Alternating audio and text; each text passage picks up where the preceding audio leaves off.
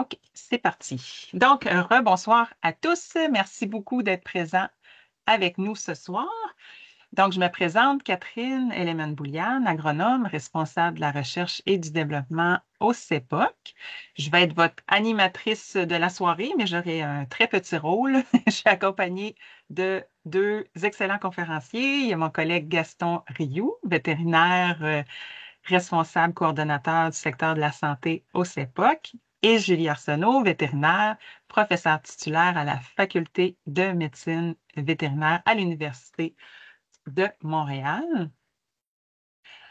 Donc, qu'est-ce qu'on a au programme ce soir? Dans le fond, c'est qu'on a des résultats de deux projets de recherche en santé ovine qui se sont terminés dans les derniers mois. Donc, un premier projet qui traite de la santé mammaire, qui va être présenté par Gaston.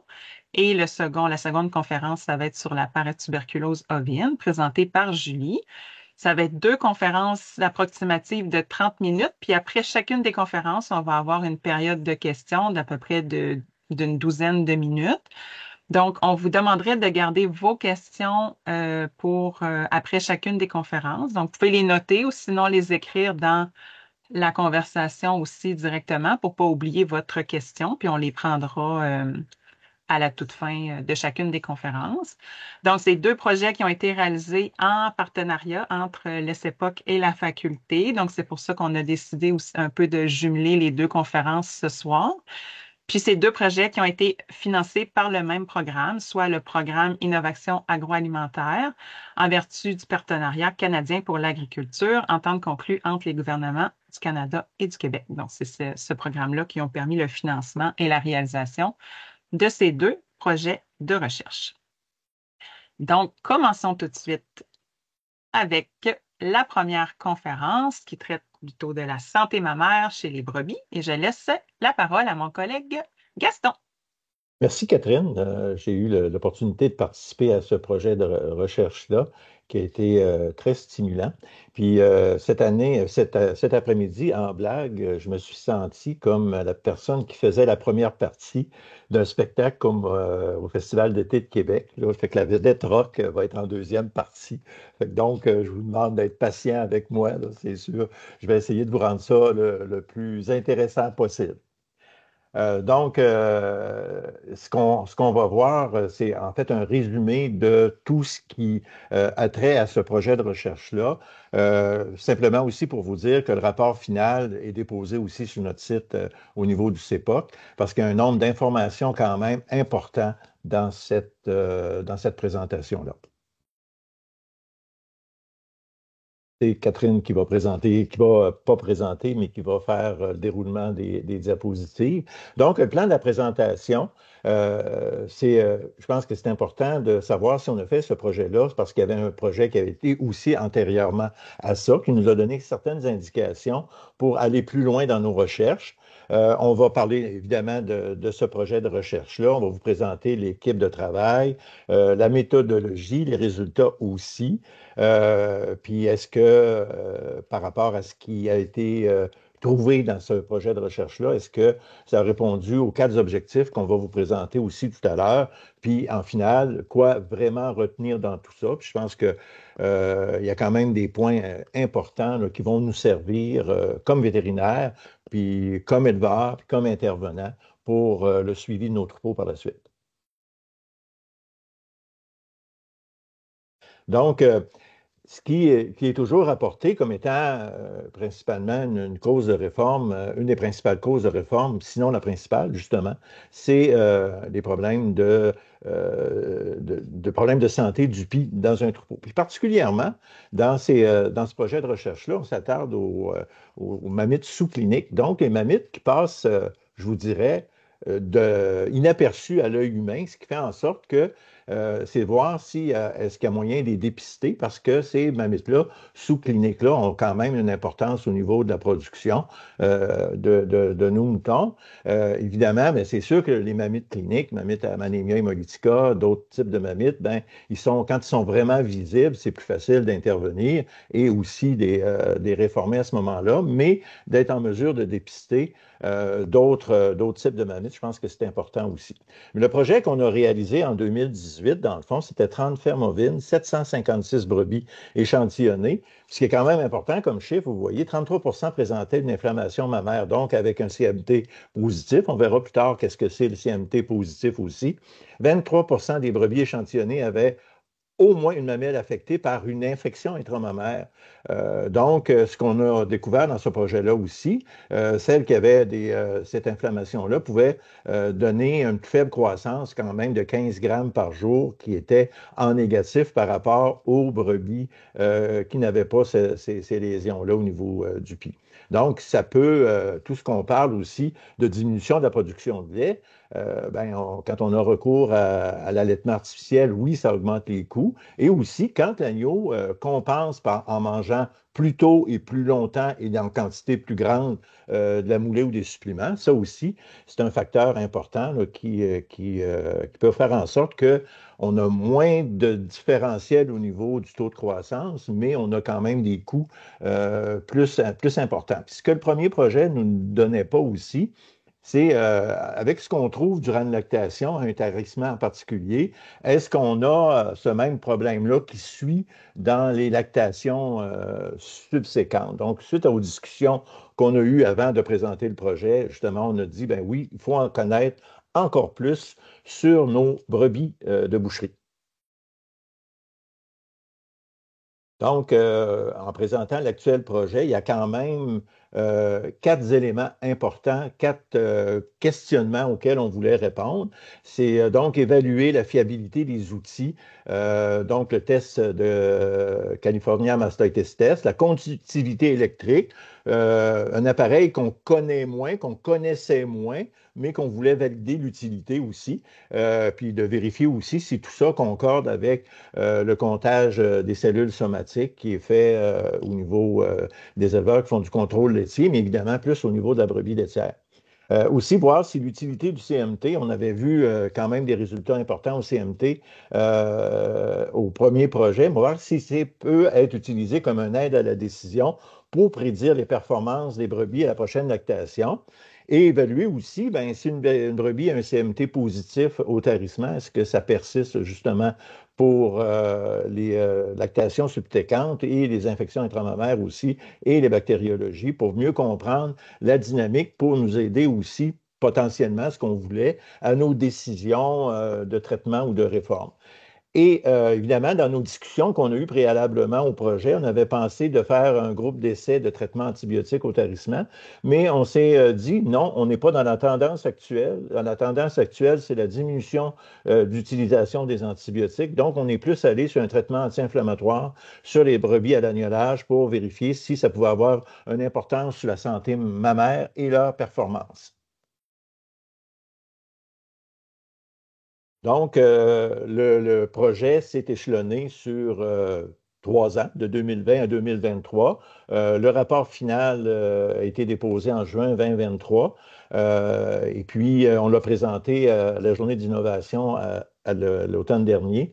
Un certain groupe d'éleveurs et d'intervenants aussi, puis on vous le représente aussi ce soir. Mais comme disait Catherine, ben, je pense que le financement est important dans ces projets-là au niveau du partenariat canadien pour l'agriculture.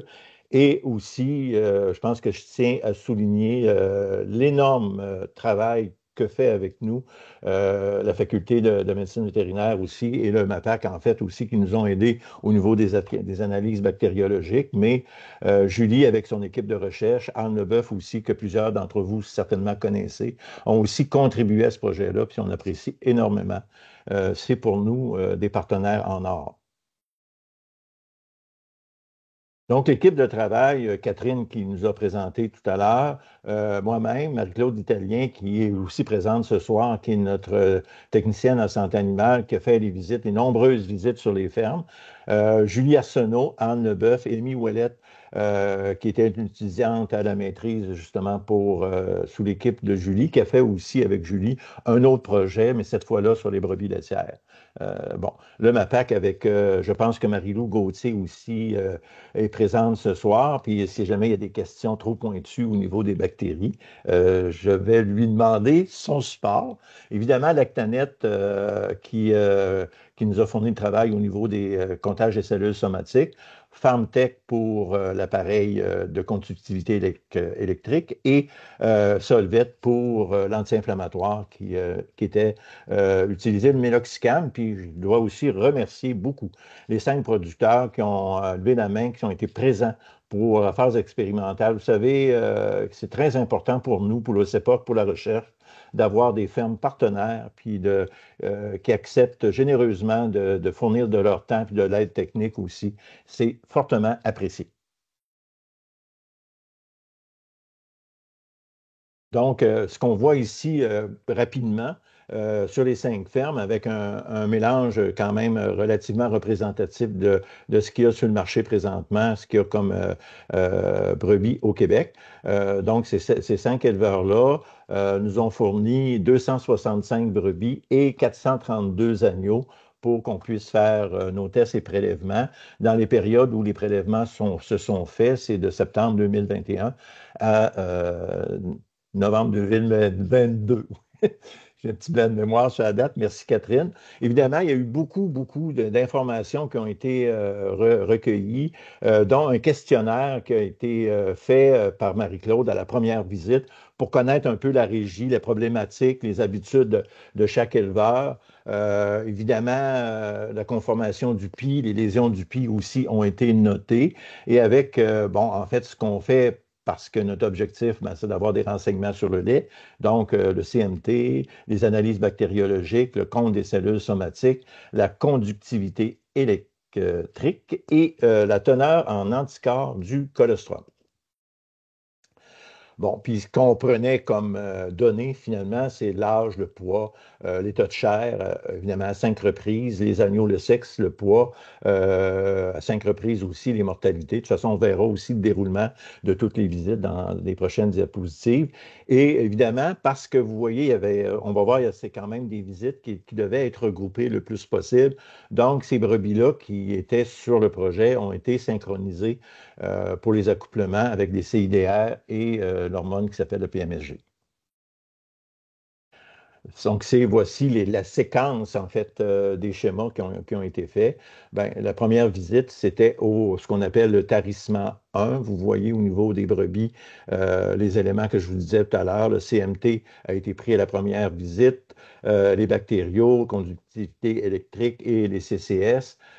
Tout ça en 3 événements qu'on prenait les mêmes affaires, mais c'est sûr qu'on les voyait aussi autour de l'agnelage, à l'agnelage, évidemment, pour examen des glandes, voir s'il y a eu des incidents ou des problématiques qui se sont produits entre l'examen tarissement 1 et le jour de l'agnelage, parce que vous savez qu'il y a pratiquement 6 mois entre les 2 épisodes, il peut se passer beaucoup de choses.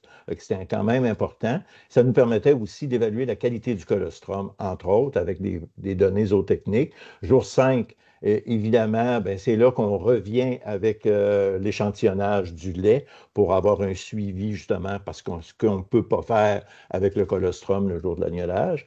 Ce qui nous conduit au jour 30, où, évidemment, on fait encore un examen des glandes, on vérifie le lait avec le CMT, et tout le reste, c'est au jour 50, là, c'est la dernière grande visite pour l'examen du lait, avec le lait, CMT bactériaux, CE, comptage des cellules somatiques, évidemment. Ça correspond au tarissement numéro 2, si on veut, en fin de lactation. Et enfin, la dernière prise de données, qui est le jour 100, où on prenait le poids des agneaux pour évaluer si on voulait évaluer s'il y a un différentiel entre ce qui peut se produire d'un tarissement à l'autre sur des influences sur les données au niveau par exemple, du gain de poids.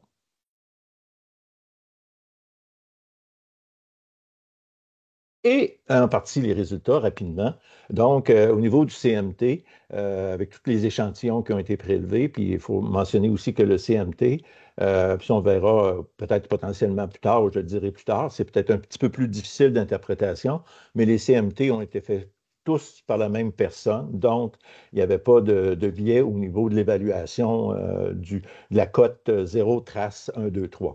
Fait évidemment, là-dessus, il y a eu 11,35 échantillons qui étaient positifs au CMT. Donc, ce qu'on considère positif, c'est les CMT plus que 1. Et 17,9 des brebis avaient au moins une des 2 mamelles positives. C'est quand même relativement important. Puis au niveau des bactériologies, 42,71 des échantillons était positif. Et puis ça, ben, c'est confirmé par d'autres projets de recherche dans le passé, par d'autres instances aussi. Ben, les principales, c'est nos fameux staphylocoques. Bon, Staphylococcus similans, l'aureus et les SSP, donc en très bonne proportion. Ça va avoir quand même un impact sur nos décisions de réforme ou de traitement ou quoi que ce soit aussi, en ayant une bonne connaissance de ce qui s'est passé au niveau de la bactériologie. Au niveau de la conductivité électrique, bon, on classait les mammites subcliniques quand il y avait en fait plus petit que 250. Puis on verra que la conductivité électrique, c'est facile à interpréter parce qu'il nous donne un chiffre.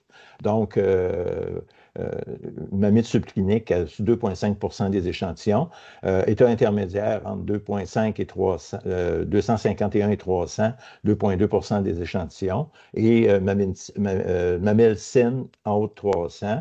La même chose qu'on a remarqué, bien évidemment, ce qui est connu, c'est que c'est au tarissement que les comptages des cellules somatiques sont plus élevés, ce qui est bien ici, autant au niveau du tarissement 1 que du tarissement 2.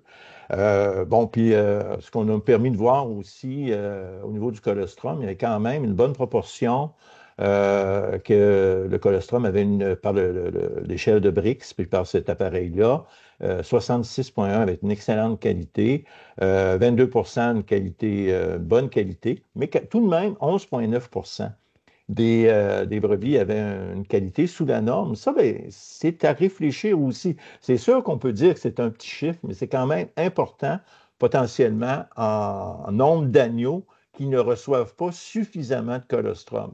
Quand on ne connaît pas ce chiffre-là, on peut difficilement évaluer la quantité de colostrum à donner. Donc, je le retiendrai, ce chiffre-là, puis je demande de retenir aussi que le BRIC, c'est un élément important dans nos décisions aussi au niveau de la supplémentation en colostrum. Bon, on a vu les objectifs tout à l'heure, donc on veut avoir les réponses à nos questions. Mais dans tout projet de recherche, on a des espoirs énormes en commençant, mais parfois, au fil de l'évolution du projet de recherche, on n'a pas toujours à 100%, bien entendu, les réponses qu'on voulait avoir. Mais c'est pour ça qu'on fait des projets de recherche. Si on était certain des réponses, bien, je pense qu'on n'en ferait pas. Mais évidemment, on a quand même des bonnes pistes, vous verrez aussi tout à l'heure. Donc, la première question, puis je pense que ça, c'est une importance majeure pour est-ce qu'il y a des outils fiables et disponibles pour les producteurs pour dépister les infections intramammaires? Évidemment, on n'a pas la même situation dans les brebis viandes qu'on peut avoir dans les vaches laitières, dans les chèvres ou les brebis laitières qui suivent avec un contrôle laitier, où on peut avoir ce type d'informations-là beaucoup plus facilement. Mais on voulait vraiment voir si on a des outils qu'on peut conseiller à nos éleveurs et à nos intervenants. Donc, on va recommencer par le CMT. Le CMT, on l'avait utilisé évidemment dans le projet de recherche numéro 1. Donc, on a essayé vraiment de voir si, pas essayé, mais on a fait pour valider est-ce que c'est quand même important. Donc, sur 849 échantillons, on a eu, vous voyez la différence, 724 négatifs, 125 positifs. Bon, dans les négatifs, vous voyez très peu de bactériologie positive et quand même des bactériologies positives de façon importante. Au niveau des CMT positifs, puis je retiens votre attention aussi sur le fait que au fur et à mesure que le score du CMT est élevé, donc à 3, le plus que c'est déterminant pour trouver le pourcentage d'infection aussi au niveau du PI. Donc, notre CMT 3 et même notre CMT 2, je pense que c'est à retenir aussi. Vous voyez, ben, le CMT, c'est en fait, à la base, ça a été utilisé pour les vaches à 4 crayons, mais là, nos brebis, normalement, il y en a seulement 2. Mais vous voyez dans cette diapositive-là, vraiment, le passage des négatifs au +3, vous voyez, c'est vraiment par l'épaississement de la solution, qu'on mélange lait plus la solution du CMT. Vous voyez, pour faire notre diagnostic, mais évidemment, entre les traces et les 1, c'est pas toujours évident, mais c'est possible. Mais quand on arrive au 3, c'est difficile de se tromper, mettons. Ça, c'est quand même important. Puis ça, ben, si les éleveurs décident d'utiliser cette méthode-là, je pense que ça prend une formation, je sais pas juste je pense, ça prend une formation aussi avec son vétérinaire pour être en mesure de l'utiliser correctement. Au niveau de la conductivité électrique, c'est la même chose. On a regardé aussi s'il y avait quand même une bonne corrélation. Ça pouvait être un outil important à utiliser. 639 échantillons de lait, c'est quand même appréciable. Donc, on voit le différentiel négatif et positif et on voit vraiment qu'il y a quand même une bonne concordance entre les deux. Donc, on s'est dit, oui, ça peut être un outil quand même important d'utilisation possible. Parce que la différence importante, c'est facile, on n'a pas besoin d'avoir une interprétation, c'est un chiffre qui vous sort. Fait que c'est certain que c'est beaucoup plus facile d'utilisation, il n'y a pas de mélange de produits à faire. À partir du moment où on entretient bien l'appareil, elle va vous durer bien des années. C'est sûr qu'il y a un investissement. Le coût qui avait été vérifié au moment où on a fait le projet, c'était aux environs de 400 dollars. Bon, j'imagine que c'est à peu près dans les mêmes, peut-être un peu plus élevé aujourd'hui, évidemment, parce qu'il y a de l'inflation un peu partout. Mais quand on parle, oui, on disait que le CMT, c'est un bon outil. Ben, il y a une bonne concordance entre le CMT et un appareil électronique. Donc, c'est un outil qui est à considérer dans votre choix d'appareils ou de méthodes diagnostiques pour dépister vos brebis douteuses. Objectif numéro 2, la question était, est-ce que le CMT nous permet de prédire les performances de la brebis à la prochaine lactation? Évidemment, à ce niveau-là, je pourrais vous dire qu'on a eu peut-être un petit peu, on aurait aimé avoir des résultats différents. Mais ça, évidemment, c'est les résultats qu'on vous présente, c'est les chiffres réels et non modifiés.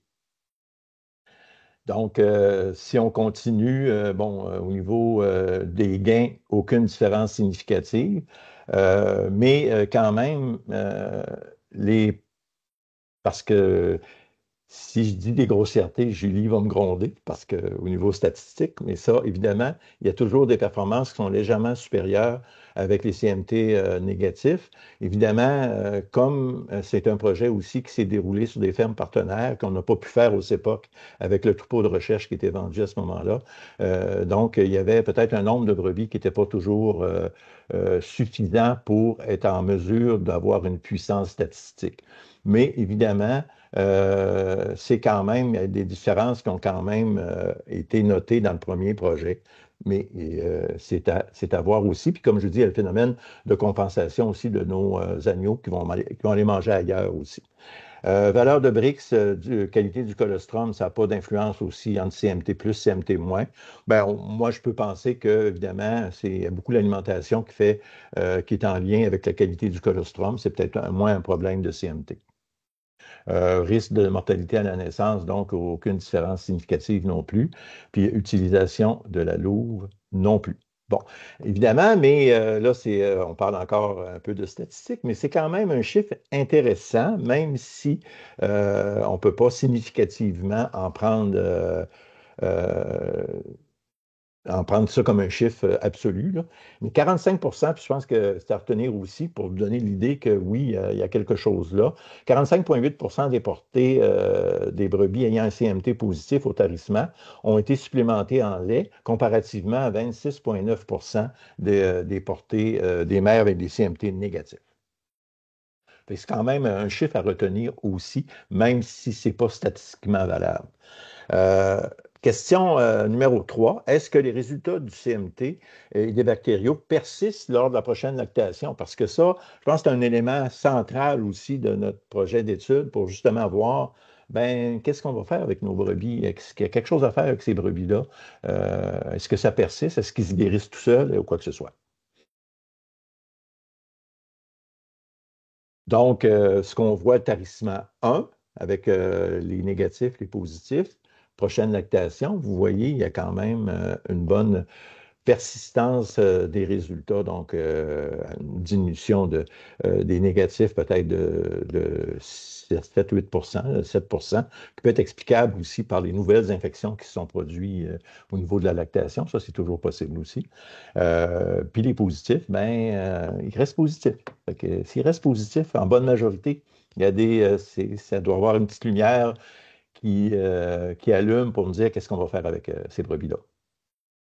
Au niveau des bactéries, ben, je pense qu'on va avoir le même phénomène de tout simplement au niveau d'une persistance là, des résultats d'un à l'autre, soit négatif ou positif, avec ces chiffres-là. Puis ça, ben, précisément, vous pourrez le voir dans le rapport final. Là. Puis aux éleveurs qui ont participé, je voudrais mentionner aussi qu'ils ont tous reçu un rapport individuel pour l'état de leur troupeau.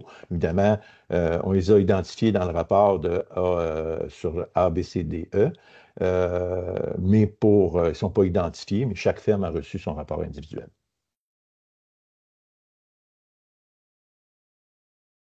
Objectif 4, évaluer l'effet d'un anti-inflammatoire, justement. Est-ce que le traitement anti-inflammatoire administré aux brebis à l'agnelage influence positivement certaines performances? Là aussi, on peut marquer une petite déception, mais une tendance. Mais évidemment, ce qui avait été fait, c'est vraiment séparer à l'aveugle. Puis ça, les deux préparations de méloxicam buccal, Péros, quand même, avait été avec la compagnie, nous avait fait deux préparations qui étaient totalement similaires pour que le manipulateur ne sache pas qu'est-ce qu'il donnait, pour pas que ce soit biaisé non plus. Donc, ils ont reçu tout à fait à l'aveugle les traitements placebo et méloxicam. Puis ces brebis-là, avec leurs agneaux, ont été mélangés de façon aléatoire aussi pour pas qu'il y ait de biais aussi au niveau du parc ou de l'alimentation. Donc, est-ce que ça a eu un impact sur le poids puis le gain moyen quotidien, la qualité du colostrum, le taux de mortalité à la naissance, l'utilisation de la louve, l'influence des infections intramammaires? Aucune différence significative entre le groupe traité et le groupe non traité. Mais tout de même, mais je dirais, moi, ça m'encourage aussi. Puis, comme, je dirais, ex-praticien, ça me donnerait des idées pour l'utiliser quand même au niveau de la ferme, parce que vous allez voir, il y a quand même des tendances qui sont pas mauvaises, parce qu'il faut rappeler que, dans le fond, on a donné juste un traitement de méloxicam. Il n'a pas été répété. Il y aurait probablement eu, dans un prochain projet de recherche, de le répéter, de vérifier aussi sur un plus grand nombre d'animaux, comme je vous disais tout à l'heure. Ça a été un peu notre problématique. Il y a un certain nombre de brebis qui n'avaient pas agnelé, donc ça nous a fait moins d'agneaux. Mais il y a quand même une différence du groupe de brebis traités au niveau du gain de poids dans les premiers 5 jours. On avait aussi, puis ça, c'est quand même, on fait des chiffres quand même qui sont relativement différents, mais à l'intérieur des brebis ayant reçu traitement anti-inflammatoire, 14,7 moins de portées ont eu recours à la supplémentation en lait. Donc, il s'est passé quelque chose très certainement, mais pas prouvé statistiquement. 23 des portées en traitement ont eu recours à la supplémentation en lait comparativement à 38,6 des portées non traitées. Fait que ça aussi, ça peut nous donner une indication de où on peut soit faire de nouvelles recherches ou soit de l'utiliser à la ferme d'une façon qui peut être abordable et faisable. Euh, c'est un renseignement, aussi l'incidence des infections intramammaires au jour 5 entre les deux groupes, ça aussi, 10,1 pour le groupe des brebis traités et 21,1 pour les non traités. Bon, ça, c'est quand même tous des chiffres là, qui sont intéressants, mais qui demanderaient à être prouvés avec une force statistique supérieure. Et peut-être je mentionnerai aussi que le coût, pour ceux qui s'intéressent, le coût d'un traitement qu'on a évalué si on prenait un format Costco plus gros, puis un format plus petit, ben, ça peut varier le coût du traitement d'un traitement entre 1,50 $ à 2,50 $ au prix 2023. Donc, on a vu, oui, il y a quand même des tendances importantes. Donc, c'est une information aussi qu'on devra revérifier éventuellement parce que ça n'avait jamais été fait au niveau des agneaux, des brebis. Ça a déjà été fait au niveau des vaches laitières, qui avait quand même un aspect important. Mais moi aussi, ce que je pense que le dernier picot m'interpelle aussi, c'est l'aspect bien-être, bien-être animal. Je pense que c'est un anti-inflammatoire qui, sous la responsabilité du médecin vétérinaire, bien évidemment, ça demeure sa responsabilité de le prescrire ou non, mais qui pourrait être recommandé avec un protocole précis pour des brebis qui ont eu un peu de difficulté, entre autres, à l'agnelage et qui pourrait les aider justement à passer plus facilement au travers des premiers jours, la douleur postpartum, bon, la fatigue, ça pourrait les inciter à consommer plus aussi parce qu'il y a un sentiment de bien-être. Je pense que c'est important de le faire, d'y réfléchir en tous les cas. Donc, presque en terminant, c'est les points majeurs, quoi retenir. En fait, euh, je pense que ça nous a permis de mettre en lumière la persistance des infections intramammaires chez les brebis d'une lactation à l'autre. Donc, ça a un impact sur nos décisions, comme je me répète aussi là-dessus. D'avoir aussi d'avoir des outils faciles d'utilisation à la ferme. On parle de CMT puis de conductivité électrique. Ça, à ce moment-là, soit les vétérinaires ou vis-à-vis de leurs éleveurs, vous avez le choix entre les deux. C'est quand même deux outils qui ont été prouvés comme étant pouvant être de très bons outils à utiliser pour les producteurs pour ces infections intramammaires-là, doivent appartenir évidemment aux vétérinaires avec les suivis de troupeaux de voir quelle stratégie vous allez emprunter au niveau potentiellement de la réforme. C'est certain que si vous me demandez à moi traitement ou réforme, moi, je vais évidemment, c'est plus facile à dire assis devant mon bureau, je vais toujours vous dire réforme. Parce que quand on parle principalement des staphylocoques qui sont plus présentes au niveau de ces infections-là, quand on sait que les staphylocoques acquièrent des résistances plus facilement, assez rapidement, je pense il y a des décisions quand même importantes à faire. Je réfléchissais aussi avant de présenter la conférence ces jours-ci en disant, ben, dans les brebis laitières ou les chèvres laitières ou les vaches, on peut faire la traite, les traire en dernier, mais y aurait-il lieu si, par exemple, pour les CMT2, de faire un parc CMT2, de ne pas les mélanger à ces brebis-là, aux autres brebis saines, entre autres, parce que ça peut être un facteur de contamination avec les animaux voleurs, etc. Fait qu'il y a toujours ces décisions-là à voir, puis de, de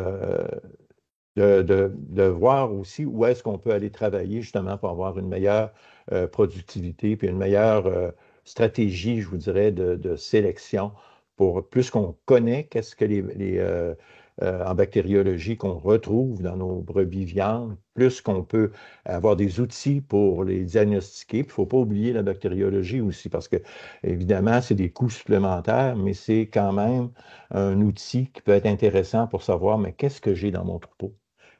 Qu'est-ce que j'ai sur ces brebis-là qui ont des CMT, moi je dirais deux ou trois, là, qui sont quand même, je dirais, des brebis qu'il faut considérer éventuellement leur réforme. Je pense que j'ai fait mon temps à 30 minutes. Et, je, je, je, je me Bravo et comprends, merci. je me comprends plus pourquoi j'ai réussi cette fois-ci. Mais c'est par respect pour pas retarder tout le monde. C'est pas parce que j'aurais pas de jasette, là, mais je suis capable d'aller plus loin, mais c'est correct, j'ai fait mon temps. Merci beaucoup, Gaston. Donc là, vous pouvez ouvrir caméra et micro pour poser vos questions. Soyez pas gênés. Normalement, vous avez le contrôle de caméra et micro. Vous êtes capable de les ouvrir. Si ce n'est pas le cas, vous pouvez toujours aller dans la section conversation. Oh, on a quelqu'un. Ah, bonjour. Et vous pouvez lever la main aussi pour prendre votre tour de parole.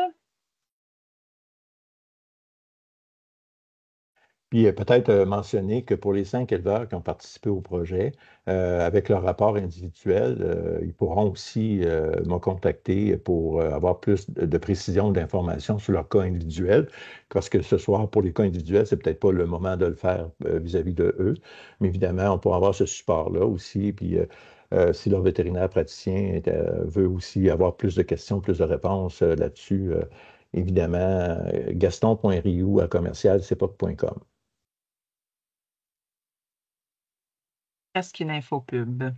Je vois M. Martel qui a ouvert son micro, donc je présume qu'il a une question. Ben, je suis en train d'y penser, oui. Moi, c'est vu que j'élève du pur sang, le, pour une brebis, disons, qui a une mamite, que son agneau boit après, est-ce que cet agneau-là ou cette agnelle-là va avoir, elle, le potentiel de développer une mamite ou c'est quelque chose qui va être comme immunisé de ça ou ça se contracte pas de cette façon-là? Pour Ben, dans le futur, je veux dire, là. Ben, en tout cas, je peux avoir d'autres vétérinaires qui ont complémenté ma réponse, mais complété, je veux dire, pas pour complémenter, là. Compléter ma réponse en le fait que, évidemment, éventuellement, ce qu'on va faire comme recherche éventuelle dans le futur, c'est de déterminer le potentiel de résistance de nos animaux vis-à-vis des maladies, entre autres la mamite. Fait que c'est possible que, bon, je dirais juste si cette brebis-là a fait une mamite, ben, peut-être que dans sa génétique, cet animal-là aurait plus de chances, son petit aurait plus de chances d'en développer. Évidemment, il y a des microbes là-dedans aussi qui peuvent potentiellement causer des problèmes de santé aussi. Si le lait contient du Mannemia hemolytica ou quoi que ce soit, c'est peut-être pas évident là, non plus là-dessus. Puis c'est pas, à ma connaissance, là, j'ai pas vu ça jamais dans l'étude si c'était répertorié, mais il n'y a pas vraiment par le lait qu'elle buvrait, qu'elle boirait mamiteux avec une bactérie, elle ne fera pas nécessairement d'anticorps contre cette bactérie-là nécessairement, là. Je ne pense pas que ça va la protéger pour le futur. Pas du tout, en tout cas.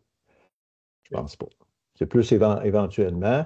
Bon, il y en a un dans la chèvre là, qui s'appelle le Vinco, un vaccin contre le staph, éventuellement, mais c'est sûr que quand on utilise ça, il y a potentiellement des anticorps qui vont passer par le colostrum, mais je ne verrai pas d'incidence là-dessus. Moi, je verrais plus une incidence négative d'un agneau qui boit du lait mamiteux au niveau de sa santé. Ok, merci.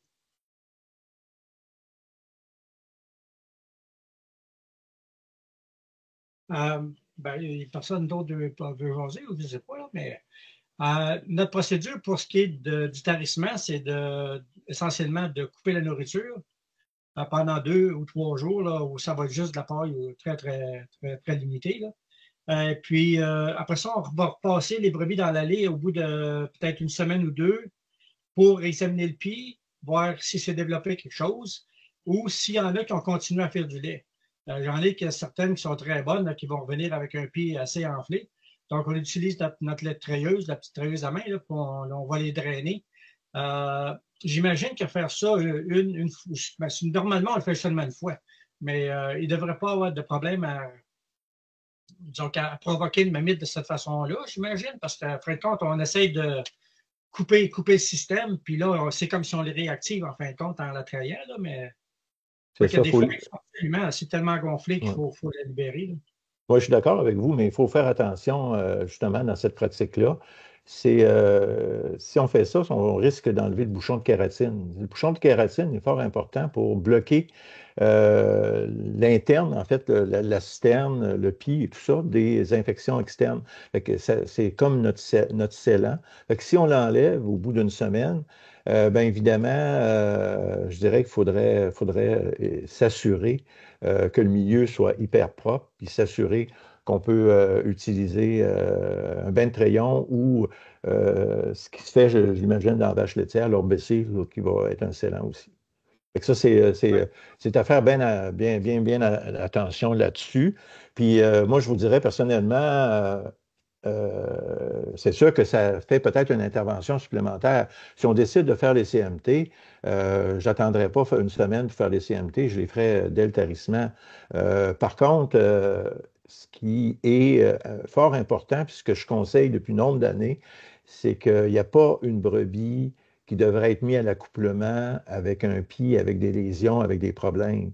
Ça prend des pis parfaits parce que, après tout, ces brebis-là, ils ont seulement 2 trayons, puis s'il arrive des lésions, soit des fibroses au niveau du canal, de la cisterne du lait ou des problèmes de mammites, si on ne les dépiste pas aux alentours avant la mise à l'accouplement, entre autres, ben, on les perd de vue, ces brebis-là, pratiquement pendant 5 mois ou 6 mois. Oui, on peut les voir au moment des échographies, potentiellement 60 jours de gestation, mais déjà, s'il y a des lésions, puis déjà, si la brebis est gestante, ben, vous imaginez que s'il y a des trayons bouchés ou des trayons qui sont finis, ben, cette brebis-là, les agneaux qui vont naître, vous allez être obligé de les supplémenter en bouteille de lait puis en allaitement artificiel, ce qui augmente de beaucoup les coûts. Donc, le temps, moi je dis toujours, le temps investi autour du tarissement, ça vous aide aussi beaucoup, comme autour de l'agnolage, et c'est certain, c'est 2 périodes fondamentales du travail là, pour avoir des brebis avec des piscins. Je pense que c'est vraiment au tarissement, autour du tarissement, dans toute la régie autour du tarissement, évidemment, pour avoir 100% de brebis saines canielles. C'est un objectif difficile à atteindre, ça, je l'admets. Ouais. Ouais, ça, on utilise toujours un bain de crayon après avoir. On ne les traite pas toutes, là. On traite seulement celles qui en ont vraiment, on a vraiment d'en avoir besoin, là. Celles qui ont un petit peu de lait dedans, on sait que ça va se disparaître, là, mais il y en a d'autres qui vraiment, là, ils n'ont pas arrêté. Là. Oui, Donc, c'est sûr. on enlève la pression, tu le vois tout de suite, en enlevant la pression, là, elle se calme, là, oh, OK, merci beaucoup. Là. Mais c'est ça, après ça, on prend un bain de crayon, puis on va leur faire sceller, là, comme on faisait avec les vaches. Là. C'est certain qu'avec une régie de reproduction accélérée, comme il se fait au Québec, bien évidemment, quand les brebis sont taries, parfois entre 45 et 65 jours, ils sont pratiquement encore au début en pic de lactation. Donc, c'est sûr que oui, il faut avoir un protocole de tarissement qui s'accroche, comme je disais. Merci beaucoup, Monsieur Martel. On a une main de levée. Alors, je laisse la parole à Marion Alano. Bonjour, est-ce que vous m'entendez bien? Oui. Oui. Merci beaucoup pour la présentation. J'aurais quelques questions, mais je vais juste commencer par la première. Pour les différents outils que vous avez présentés, le CMT et la conductivité électrique, c'était pas explicitement dans vos objectifs, mais on a quand même envie de vous demander si vous auriez regardé les performances que vous avez regardées pour la conductivité électrique. Puis du coup, ma question un peu subséquente pour vous, ce serait quoi votre méthode idéale ou alors les avantages et les inconvénients des 2 techniques que vous avez testées, le CMT et la conductivité électrique pour détecter les mammites subcliniques? Ben, je vous dirais, je commençais par la réponse la plus facile, les avantages et les inconvénients. C'est certain que le CMT, c'est son coût. Évidemment, vous achetez une bouteille de concentré peut-être à 50 puis vous en avez pour votre vie de productrice. Puis je n'ai pas vu de date d'expiration sur le produit. C'est sûr qu'une fois que le mélange est fait, oui, c'est préférable de le changer, mais c'est facile, c'est peu coûteux. Par contre, c'est le différentiel entre les 0, trace 1, 2, 3.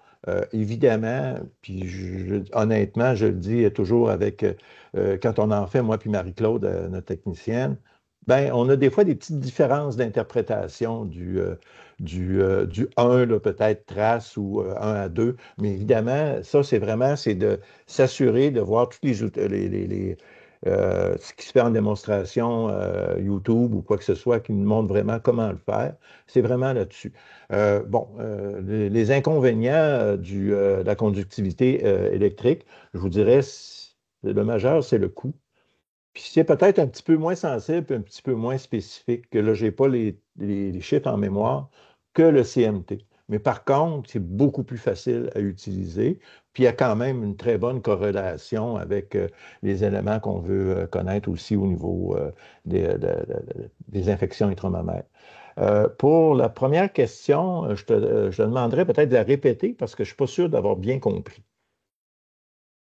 Non, mais c'est ça, vous avez bien répondu. Ma question, c'était effectivement de savoir si vous aviez En fait, ah oui, la toute première, c'était est-ce que vous aviez regardé les performances, donc le gain de poids, la qualité du colostrum, suite à l'utilité avec les résultats de la conductivité électrique? Parce que vous nous les avez présentés avec le CMT.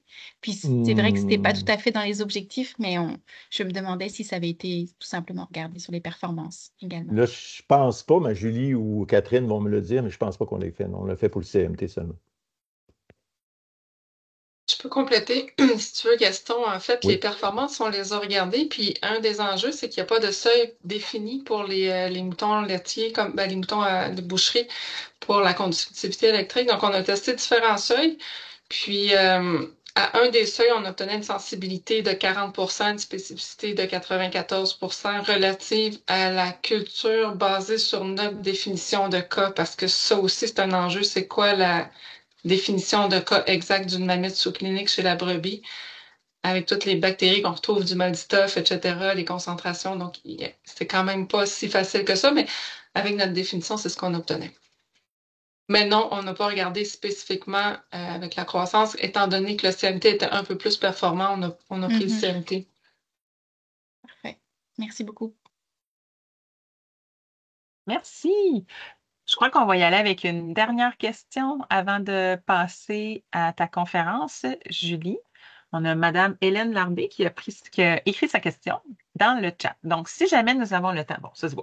Je me demandais si vous aviez fait le même genre de projet chez la brebis laitière et performance en termes de lactation, par exemple. Merci.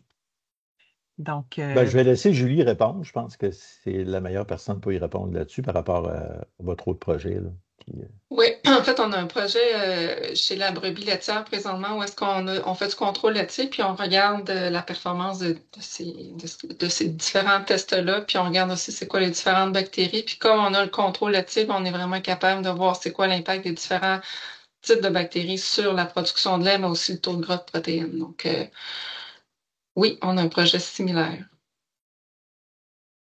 Puis je pense que ça va faire un beau complément d'information par rapport aux autres projets là, qu'on a fait. Ça va être complémentaire. Oui, c'est ça. Les résultats. En fait, on devrait faire notre dernière visite du projet la semaine prochaine. Fait que les résultats sont pas encore prêts, mais ça avance. c'est quand même à court terme, si on veut. Moyen terme d'abord. Oui. Bon, bien, merci pour vos questions. Merci encore à Gaston pour ta présentation. Puis, est-ce que je dois, non, là, c'est ça. Je vais laisser la parole à Julie pour la deuxième partie de la soirée. Il était 23, avec le reste jusqu'à 8 heures, le temps est à toi. Tu es capable de Oui. prendre le partage ou t'es mieux que j'enlève les... En fait, je vais essayer de partager. C'est un peu. On dirait que j'ai partagé, mais ça marchait pas. Je vais recommencer mon partage.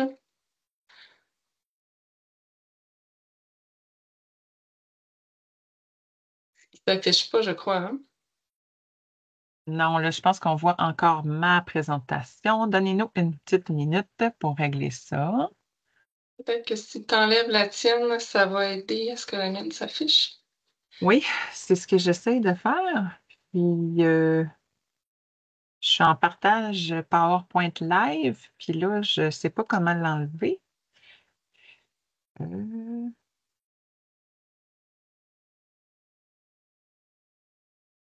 Bon, ça a valu la peine de se pratiquer cet après-midi. Laissez-nous une petite minute, on va régler ça. Pourquoi je ne suis pas capable de l'enlever? Puis toi, tu n'es pas capable de le prendre? Non. Ben, je vais réessayer, voir. Là, est-ce que ça fonctionne? Ah, youpi! Je vais C'est juste ton... essayer moi-même de partager en live. Oui, Sauf que moi, le partage live fonctionne pas. Bon, je vais partager en normal, puis tu me diras si ça fonctionne bien.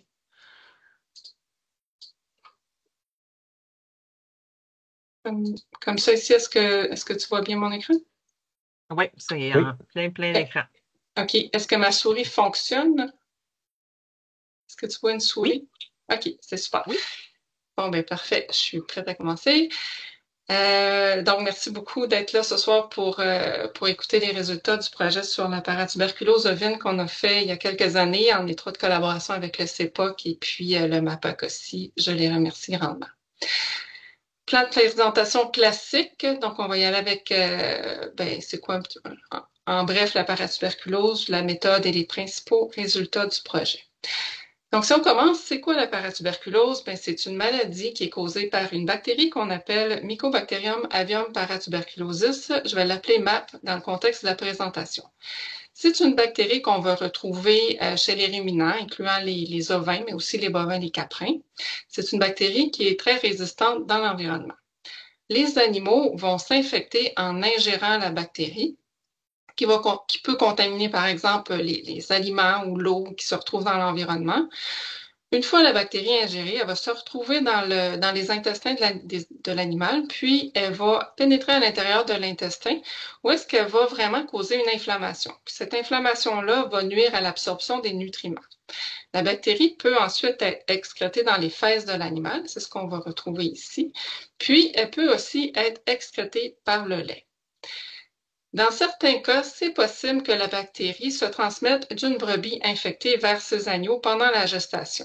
C'est un phénomène qui est rare, on parle de moins de 2% des cas si l'animal n'a pas de symptômes cliniques, mais si l'animal est maigre, présente des symptômes cliniques de la maladie, tout ça, la chance est quand même très élevée qu'elle transmette à son fœtus. Comme je le disais, la bactérie est souvent excrétée dans le lait et le colostrum. C'est aussi possible que le pie, si l'environnement est un peu, est contaminé, que le pie soit contaminé puis que l'agneau s'infecte à ce moment-là. C'est vraiment dans leur période là, en très bas âge que les agneaux vont être les plus susceptibles de contracter l'infection.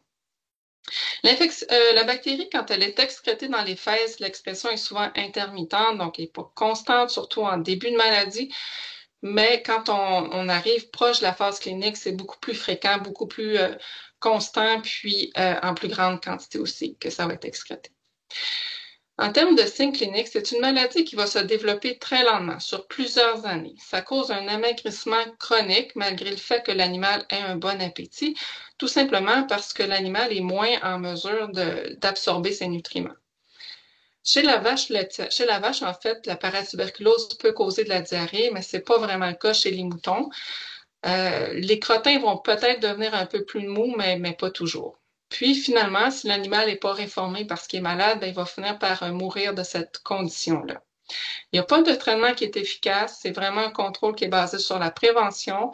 Il y a un vaccin qui existe qui est très efficace, mais malheureusement, il n'est pas homologué au Québec et il n'est pas disponible au Québec. Ici, on voit dans la photo, en fait, c'est une muqueuse, c'est un intestin qui a été ouvert. Donc ici, on voit en haut, c'est un intestin normal là, qui est vraiment très mince. Et en bas, c'est l'intestin d'une brebis qui a la paratuberculose. Donc on voit que l'intestin est vraiment très épaissi, ça nuit à l'absorption des aliments. Puis, c'est pas toujours évident, là, c'est pas toujours visible, cette apparence-là, mais quand ça l'est, c'est assez caractéristique. On dirait du carton corrugué. Pourquoi s'intéresser à la paratuberculose? Cet intérêt-là ici a commencé en 2000. En 2000, on a fait une étude où est-ce qu'on suivait 30 troupeaux ovins, puis tous les animaux, les brebis adultes qui mouraient en ferme étaient envoyés en nécropsie pour le projet. Dans 23% des troupeaux, il y a des ovins adultes morts en ferme qui ont été diagnostiqués avec la paratuberculose. Donc, c'est quand même plus du quart de la bactérie où est-ce que ça causait la mortalité d'adultes, ce qui est très important. Puis, chez les animaux, tous les animaux ovins adultes envoyés en nécropsie, il y en avait un tiers que la cause de la mortalité, c'était vraiment la paratuberculose.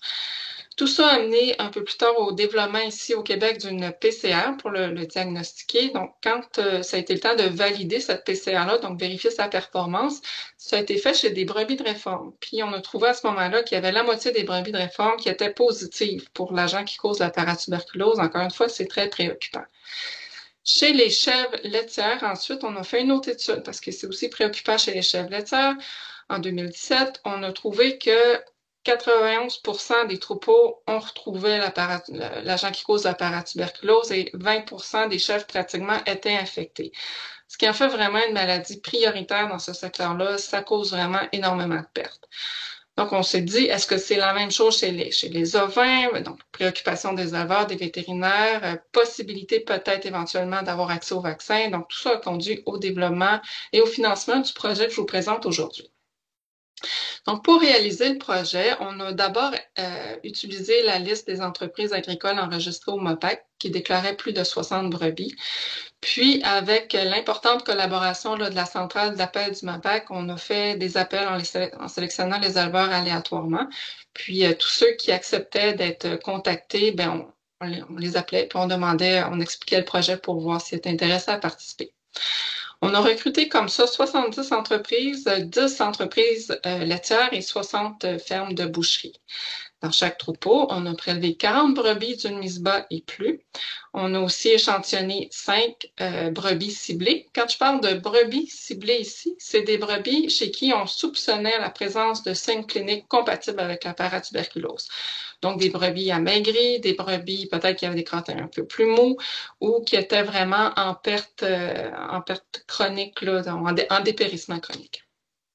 Finalement, on a fait un questionnaire pour les éleveurs. Puis, oui, on a aussi prélevé des échantillons de parcs.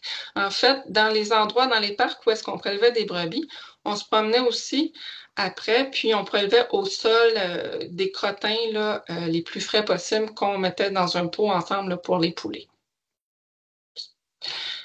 Excusez. Pour chaque brebis, on a prélevé un échantillon fécal directement dans le rectum. On a fait une prise de sang, on a évalué l'état de chair de façon standard. C'était toujours la même personne qui le faisait. Puis finalement, on a utilisé le FAMACHA, qui est une mesure de l'anémie qu'on utilise en parasitologie surtout. On a aussi fait des analyses de laboratoire. Donc, les échantillons fécaux ont été testés par une PCR qui va vraiment détecter l'ADN de la bactérie en tant que telle. Puis, on a fait des tests ELISA dans un sous-ensemble d'animaux. Je vous en parle un peu plus tard. Finalement, en termes d'analyse statistique, on a principalement utilisé une modélisation de régression logistique. Les résultats. Commençons par les troupeaux de brebis laitières. Donc, dans des 10 fermes laitières qui ont été sélectionnées. On a fait, dans ces fermes-là, il y avait 401 brebis qui ont été testées de façon aléatoire, 31 ciblées et 28 parcs, et absolument tous les résultats sont ressortis négatifs. Ça, c'est vraiment une excellente nouvelle, encore plus pour les troupeaux laitiers parce que la paratuberculose, on soupçonne que la bactérie, là, le MAP, qui cause la paratuberculose, pourrait être impliquée dans le développement de la maladie de Crohn chez l'humain. Ce sont deux maladies, la paratuberculose et la maladie de Crohn, qui ont plusieurs caractéristiques similaires. Le lien n'est pas prouvé, mais c'est quand même une préoccupation importante. Puis, la bactérie peut se retrouver dans les fromages, en particulier les fromages au lait cru. Donc, c'est vraiment une bonne nouvelle ici. Puis, je ne l'ai pas mentionné, là, mais dans ces troupeaux-là, on a quand même eu un super beau taux de participation. C'est 3/4 des fermes contactées qui ont accepté de participer, malgré le fait qu'on était dans un contexte, c'est pas facile, de COVID pendant le recrutement. Chez les troupeaux de boucherie, plus de la moitié des fermes ont accepté de participer, ce qui est quand même super bon. En médiane, il y avait 151 brebis dans les troupeaux. Sur les 60 fermes échantillonnées, il y en avait 19 chez qui on a trouvé la bactérie, donc le tiers des fermes qui seraient infectées. Chez les 2400 brebis aléatoires qui ont été sélectionnées, il y en avait 4,2% qui étaient positives, donc c'est quand même pas beaucoup. Chez les brebis ciblées, il y en avait 10% de positifs, qui est quand même plus élevé, c'est ce à quoi on s'attendait quand même. Puis dans les 245 parcs échantillonnés, il y avait 9% pratiquement des parcs chez qui on a détecté la bactérie. Tout ça nous donne 19 fermes de boucherie positives. Si on regarde maintenant dans quel type d'échantillon on a pu détecter la bactérie dans ces fermes-là, ben, ça dépend vraiment des fermes. Ici, on voit que chez 5 fermes, ben, autant les brebis aléatoires, les brebis ciblées et les parcs étaient positifs. Mais ce n'est pas le cas dans toutes les fermes. On a 6 fermes ici où est-ce que la bactérie était seulement détectée dans les brebis aléatoires, 2 fermes seulement chez les brebis ciblées et 3 fermes seulement dans les échantillons de parcs. Donc, vous pouvez voir que tout dépendamment du type d'échantillon, ce n'était pas nécessairement les mêmes fermes qui étaient positives, ce qui pose quand même un défi quand on veut détecter la bactérie. Petit fait intéressant, dans 10 fermes, on n'a pas pu trouver d'animaux ciblés. Parce que les animaux étaient tous très homogènes, c'était des super beaux troupeaux, donc on n'arrivait pas à en trouver des animaux qui pouvaient potentiellement être affectés. Dans ces 10 fermes-là, il y a seulement une ferme qui était positive, puis dans cette ferme-là, on a seulement trouvé un animal positif. Donc déjà là, ça nous dit que quand on est en présence d'une ferme comme ça, ben, la chance de trouver la paratuberculose est quand même très faible. Ici, je vous illustre d'une autre façon les fermes selon les échantillons qui étaient positifs. Donc, par exemple, ici, sur les 19 fermes positives, il y en avait 10 qui étaient positives dans les parcs. Puis, il y en a 3 fermes où est-ce que c'était le seul échantillon, le seul type d'échantillon qui était positif. Dans 5 fermes, c'était les 3 types d'échantillons qui étaient positifs. Donc, en fait, ce que ça nous dit, ça, c'est que c'est vraiment le fait d'avoir testé ces 3 types d'échantillons-là qui a vraiment permis de détecter les 19 fermes positives. Si on s'était limité au parc, on en aurait détecté la moitié. Si on s'était limité aux brebis aléatoires, on en aurait détecté 14. Aux brebis ciblées, on en aurait seulement détecté 8. Quand on regarde ici la proportion de brebis positives par ferme, donc ici, c'est vraiment seulement les échantillons de brebis sélectionnés au hasard. Donc, on avait ici 56 fermes qui étaient complètement négatives pour ces brebis-là. Puis, dans les autres fermes qui étaient positives, on voit ici la distribution. Donc, la majorité de ces fermes-là avaient quand même peu d'animaux positifs. On parle de ici 1 à 5 6 à 10 donc en bas de 15 en général, ce qui est quand même pas beaucoup. Mais il y a quelques fermes qui avaient des prévalences quand même plus importantes, dont une ferme où est-ce que c'est pratiquement tous les animaux finalement chez qui on a pu détecter la bactérie. Donc ça ici, ça nous dit quand même qu'il y a des différences entre les fermes. Ce n'est pas toutes les fermes qui sont très contaminées quand la bactérie est présente et ça suggère qu'il y a des pratiques qui pourraient permettre d'améliorer la situation dans les fermes positives. Dans les fermes qui étaient complètement négatives, on a quand même vérifié plusieurs animaux avec le test ELISA pour s'assurer que ce n'était pas un problème de sensibilité de notre PCR. Puis, dans ces fermes-là, on n'a détecté aucun animal positif à l'ELISA, ce qui était très rassurant. Pour ce qui est maintenant des poules de fesses, en fait, une question qui est posée souvent, c'est est-ce que pour limiter les coûts, au lieu de tester les animaux individuellement, je pourrais faire des poules de fesses? Puis, on a exploré ça dans le projet. Donc, on a exploré des poules de fesses de 5 animaux. Ce qui est intéressant ici, c'est que, dans le fond, on connaît les statuts individuels de chaque animal parce qu'ils ont tous été testés. Donc, ça nous permettait de tester différentes approches pour voir la performance des poules. Petit fait à souligner, les méthodes de laboratoire pour tester des échantillons fécaux sont peu adaptées aux échantillons de moutons parce qu'en général, des fesses d'animaux, c'est assez mou.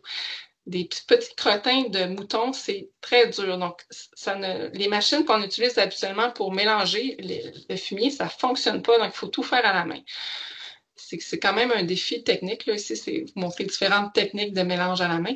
Puis, une fois que c'est bien mélangé, ici, c'est une photo dans mon laboratoire. En fait, on prend la même quantité pesée de petits crottins par échantillon individuel qu'on mélange, puis ensuite, on va tester le pool pour voir si ça fonctionne bien. Puis, on pourrait dire, ben, on se complique pas la vie, on prend juste un petit crottin par animal, puis on mélange tout ça. Mais c'est important de super bien mélanger parce que la bactérie ne se trouve pas de façon uniforme entre les crottins. Donc, c'est important de prendre plusieurs crottins, de bien les mélanger pour s'assurer de trouver la bactérie quand elle est présente. Donc, première approche qu'on a utilisée, c'est de tester les poules ciblées. Donc, on s'est dit, est-ce que dans une ferme, si je cible les animaux qui sont en moins bon état pour détecter la bactérie, que j'en cible 5, que je les teste ensemble en poules, ce serait quoi le résultat? Donc, c'est comme première stratégie. Qu'est-ce que ça donne, cette stratégie? Bien, ici, on peut voir, dans le tableau, là, on avait 8 poules qui sont sorties négatives. Donc, ici, c'est le résultat pour le pool. Dans ces 8 poules négatifs-là, ben, il y en avait 7 où il n'y avait pas d'échantillon positif dedans. Donc, c'est juste normal qu'ils soient sortis négatifs. Il y en a un qui avait un échantillon positif, donc il est sorti négatif. C'est moins intéressant. Dans les résultats, dans les poules positifs, on en a 8 qui étaient positifs. Puis, dans tous ces poules-là, dans toutes ces 8-là, il y avait au moins un animal, des fois jusqu'à 5 animaux qui étaient positifs dans le pool. Donc, tout ça, ça allait bien. Finalement, on a un pool qui est sorti douteux. Donc, ce que ça nous dit, c'est que dans 8 des 9 poules, donc les 9 poules ici qui avaient au moins un échantillon individuel positif, ben, il y en a 8 sur 9 qui sont sortis positifs au pool. Donc, ça performe super bien pour ce type d'animaux-là.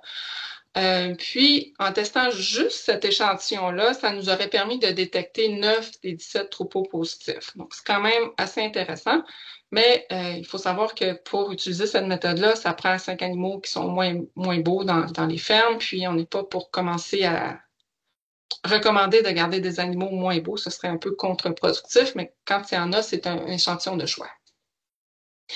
Maintenant, la deuxième stratégie, c'est de tester des poules aléatoires. Donc, ce qu'on a fait, on a pris les échantillons individuels des 19 fermes positives, puis on les a choisis au hasard pour les mettre dans des poules de 5 ensemble, et on les a testés à 5 ensemble.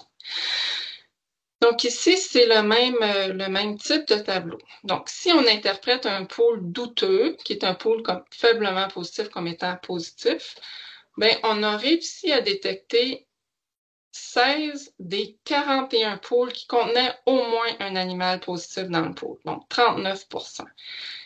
C'est intéressant, mais on perd quand même beaucoup de sensibilité. Ça veut dire que si on envoie au laboratoire 3 poules à tester, puis que les 3 ont des échantillons positifs dedans, ben on risque qu'il y en a seulement un qui sorte positif, donc il faut vraiment envoyer plusieurs poules.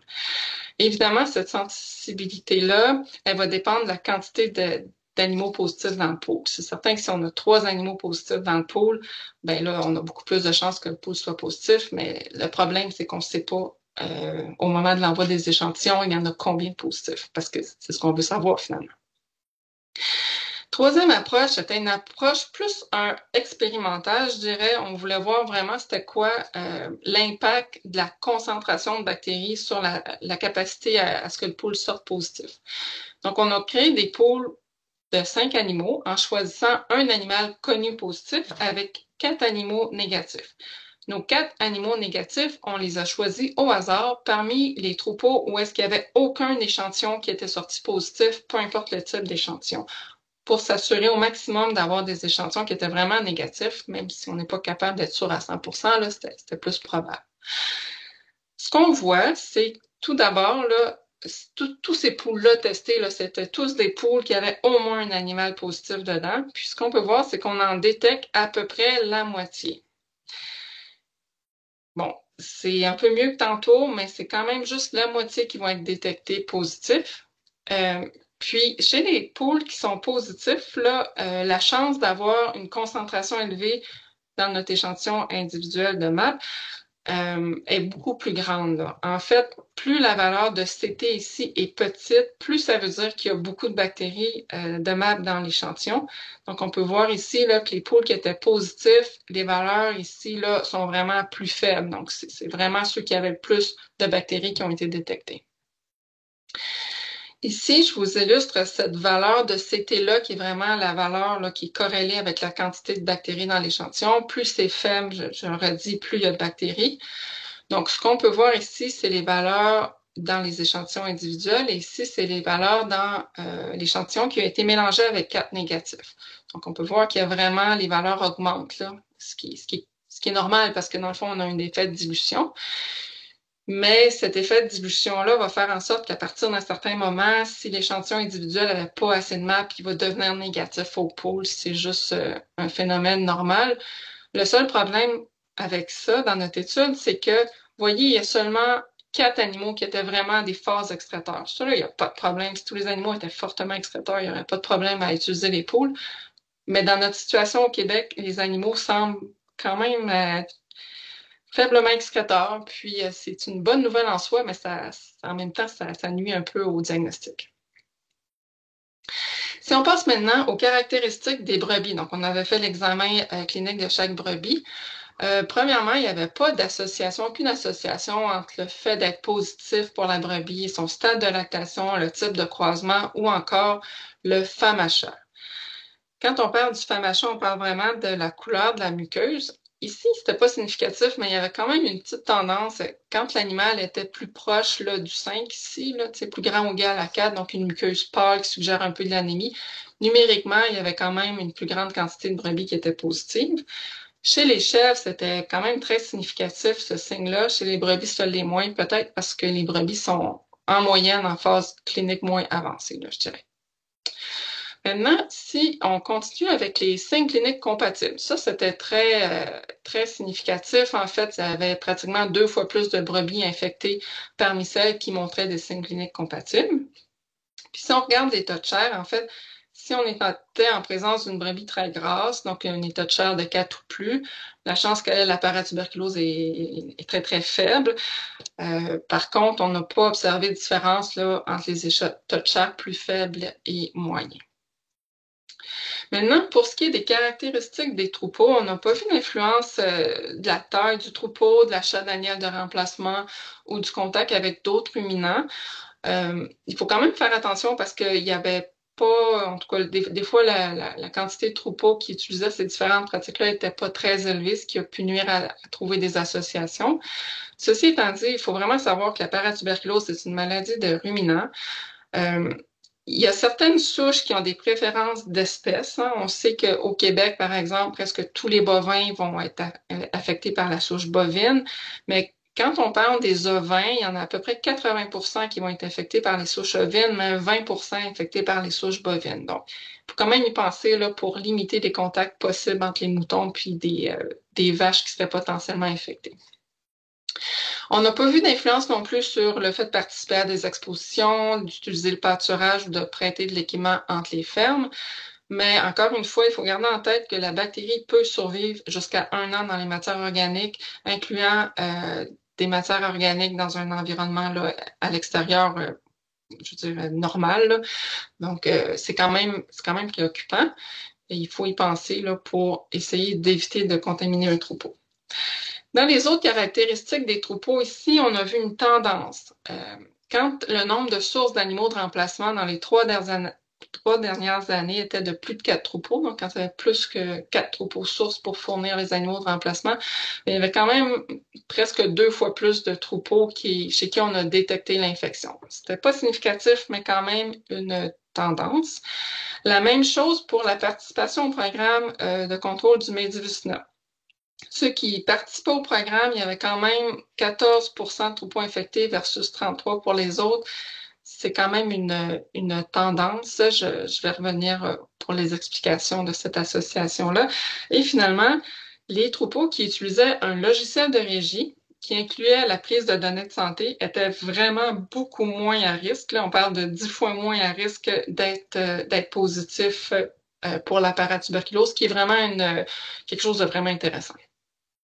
Je vais aussi y revenir. Maintenant, le contrôle de la paratuberculose, il y a plusieurs façons de le faire. En fait, il y a plusieurs pays. Ici, je vous illustre les différents pays qui ont un programme de contrôle de la paratuberculose.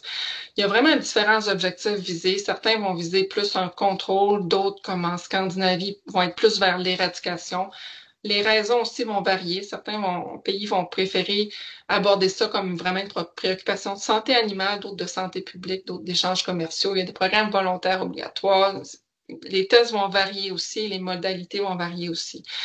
Donc, c'est quand même intéressant de s'inspirer de ce qui a été fait à travers le monde. Puis, dans le cadre du projet, on a tout simplement demandé aux éleveurs, est-ce que vous avez de l'intérêt pour un programme de contrôle de la paratuberculose? Et la très grande majorité nous ont dit oui, j'ai de l'intérêt, sous certaines conditions, mais oui, j'ai de l'intérêt, ou je connais pas assez la maladie pour être capable de me prononcer.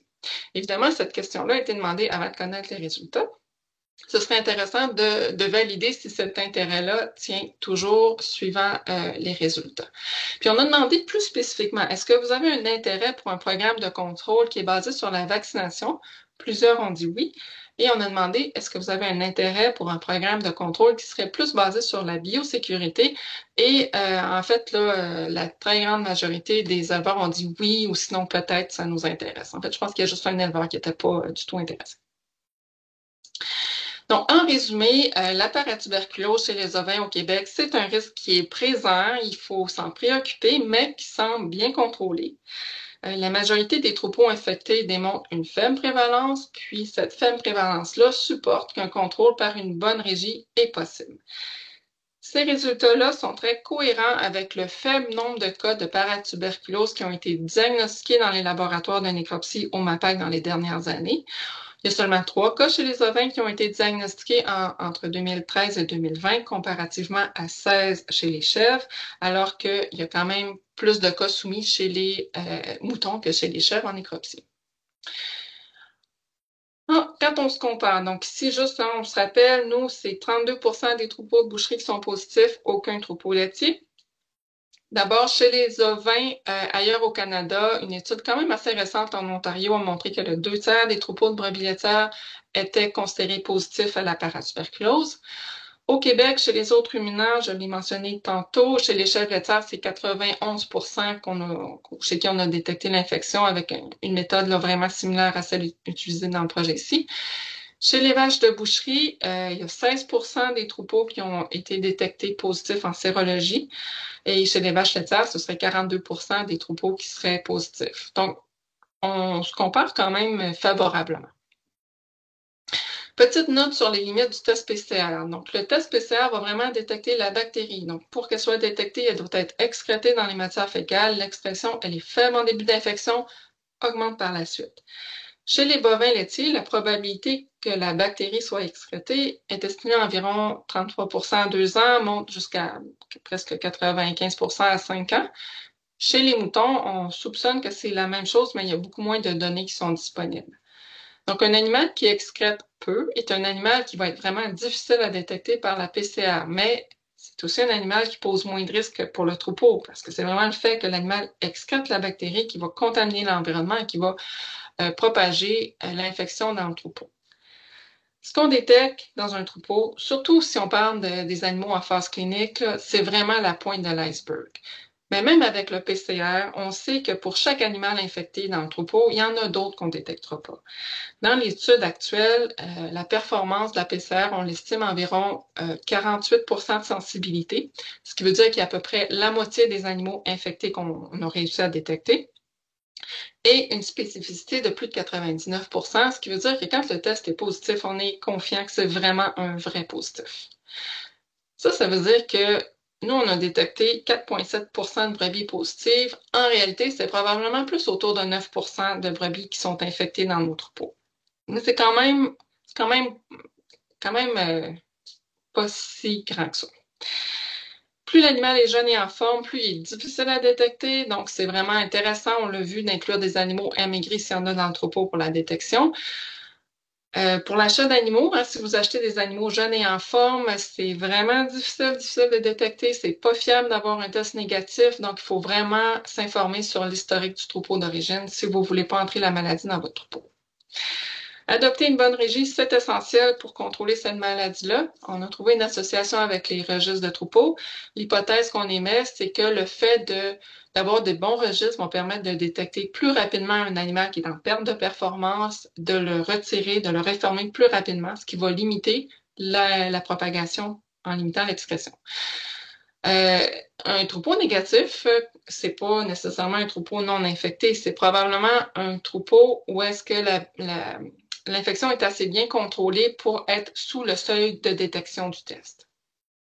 On a trouvé une association, une tendance en fait avec la participation au programme d'assainissement pour le Médivicina. Ça pourrait s'expliquer par une meilleure biosécurité parce que la participation au programme impose des règles de biosécurité. Peut-être une meilleure réforme aussi. Peut-être un synergisme biologique aussi, parce que ça a été décrit dans la littérature que les animaux positifs au Médivicina avaient une plus grande chance de s'infecter pour la paratuberculose aussi.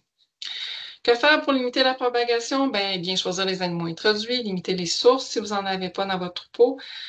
Limiter les contacts avec les matières fécales, c'est super important, particulièrement chez les animaux en jeune âge.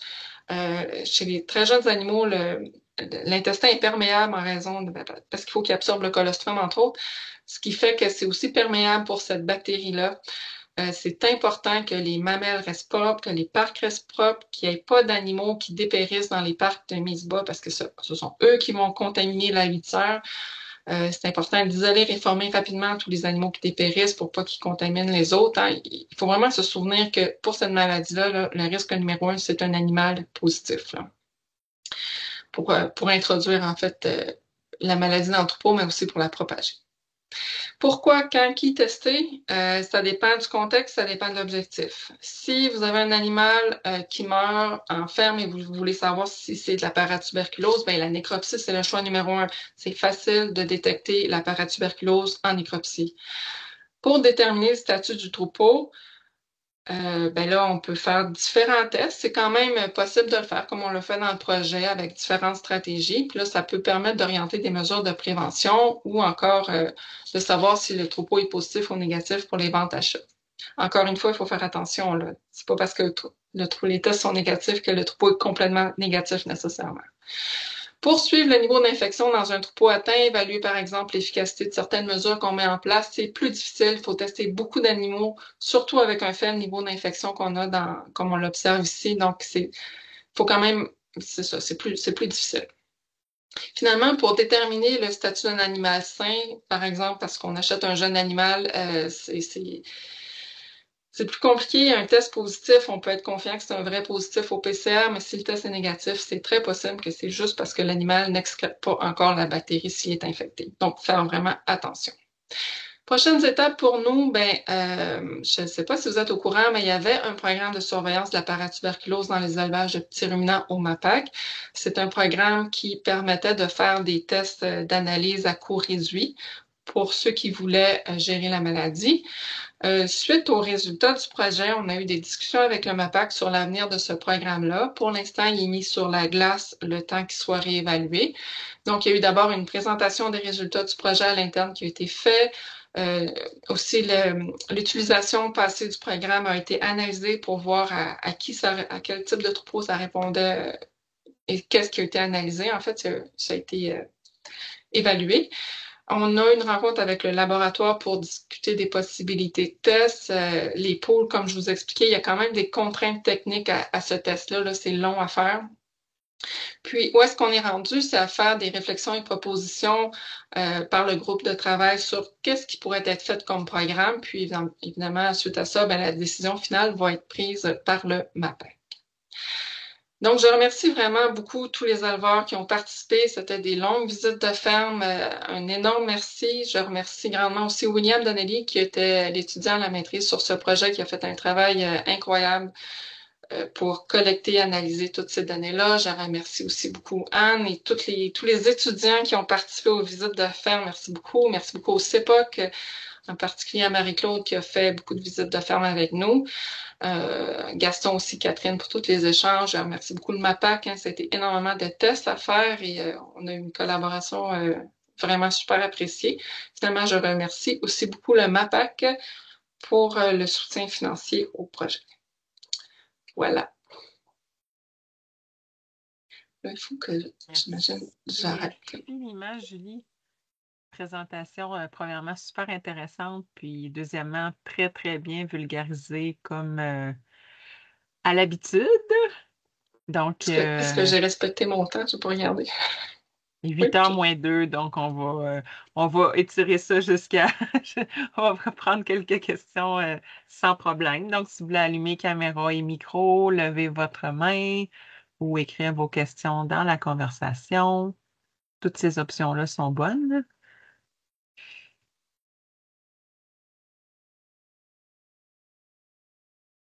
Je crois qu'il y a Marion. Il va nous encourager avec une question. Tu as ouvert ta caméra, mais ça ne veut pas dire que tu as une question. J'ai une question, mais je voulais laisser la place aux besoins. Tu peux y aller, je crois. Je n'ai pas d'autres. Bon. Je serais juste curieuse de savoir si vous aviez une piste d'explication sur la différence de résultats forcément entre les brebis laitières et les brebis de boucherie. S'il y avait des pistes de quelque chose pour nous expliquer un peu les résultats, une négativité chez les brebis laitières, des différences de régie ou quelque chose qui serait survenu. En fait, je vois pas de différence de régie. Il n'y avait rien dans le questionnaire non plus. Moi, je soupçonne fortement que c'est quand même une production plus récente, que les troupeaux qui ont été achetés étaient négatifs, puis il n'y a pas tant d'échanges que ça non plus entre les races laitières et de boucherie, donc ils sont juste restés négatifs à cause de ça. Maintenant, c'est surprenant avec les données de l'Ontario. Je sais pas le niveau des échanges entre l'Ontario et le Québec, mais c'est quand même des bonnes nouvelles. Oui. Merci beaucoup. Merci à toi pour ta question.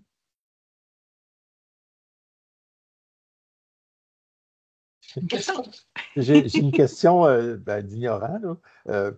Quand tu m'as mentionné que 80% des souches chez les chèvres, c'était la souche bovine, mais l'autre 20%, c'est quoi? C'est surtout des souches ovines, puis on a aussi détecté une souche bison.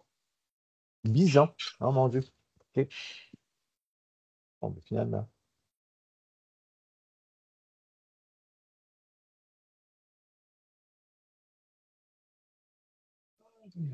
Ouais, voilà.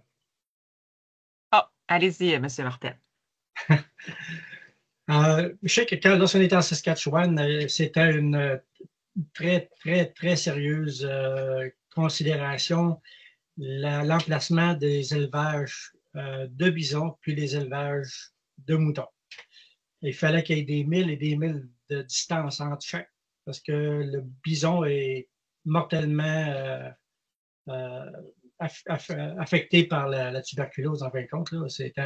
C'est un no-no, là, douter, puis, ah non, si tu veux élever du mouton, là, oublie ça, parce que faut que tu sois au moins à plusieurs milles de distance. C'était très, très, très sérieux dans ce cas-là. Je voulais juste savoir, nous autres, on a fait partie de cette expérience-là. On a eu à peu près une cinquantaine de brebis qui ont été testées chez nous, là, toutes négatives, puis Medivizino aussi. Là. Donc, je suis super content de ça. Puis, tu sais, je veux dire, vu que j'imagine que d'après ce que tu as dit, ce test-là ne se répétera pas, ou en tout cas, c'est encore en pourparlers, j'imagine. Je ne dirais pas que si ça se produit, j'aimerais bien être sur la liste, là, être certain qu'on est clair de ça. Mais vu que ça a été fait avec des tests sanguins, puis avec les crottins, etc., on est à 100% certain que les animaux qui ont été testés, ils ne peuvent pas le cultiver ou l'avoir plus tard, comme c'est quelque chose qui est très latent, là, qui prend beaucoup de temps à se développer, comme le Medivizina, par exemple. En fait, c'est quelque chose qui prend beaucoup de temps à se développer, puis c'est pas parce que les 45 animaux qu'on a testés négatifs étaient négatifs, c'est pas parce qu'on l'a pas détecté dans une ferme que ça veut dire à 100% qu'on est 100% sûr qu'il est pas là. Ça se peut qu'il y ait des animaux infectés qui excrètent pas encore la bactérie, qu'on n'est pas capable de détecter. Ça se peut que ça soit présent chez les animaux qu'on n'a pas testés. Mais ceci étant dit, c'est une excellente nouvelle. Ça veut dire que s'il y en a, il y en a pas beaucoup. Parce que c'était presque plus que la moitié du troupeau à 50 quelques brebis. Oui, c'est ça. On peut être confiant que si ça circule dans votre élevage, ça fait pas de signe clinique puis ça fait pas grand-chose. Parce que si jamais c'est là, ça se maintient vraiment faible.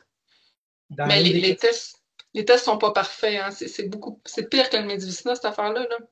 Les tests sont pas super sensibles.